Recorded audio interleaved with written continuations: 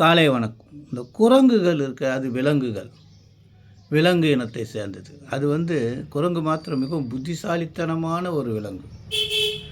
அதுக்கு இருக்கிற அந்த நீண்ட வாலை கொண்டு அது தன்னுடைய ஒரு கையாகவோ ஒரு காலாகவோ, கூடுதல் கையாகவோ கூடுதல் காலாகவோ பயன்படுத்திக்கிட்டு மரத்து மேலே ஏறவோ மரத்தை தாவவோ பயன்படுத்துது.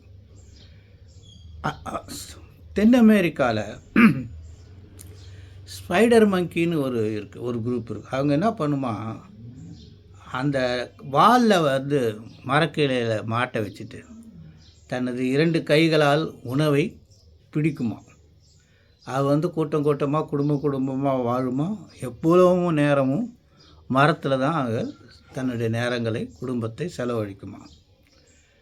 ஒரு இடத்துலேருந்து இன்னொரு இடத்துக்கு தாவும்போது மிகவும் கவனமாக தாவணுமா. ஏன்னு கேட்டால், அப்போது பெரிய பெரிய பருந்துகள், கழுகுகள் ஆகாயத்தில் சுற்றிக்கிட்டு இருக்குமா இதுங்களை வேட்டையாடுறது.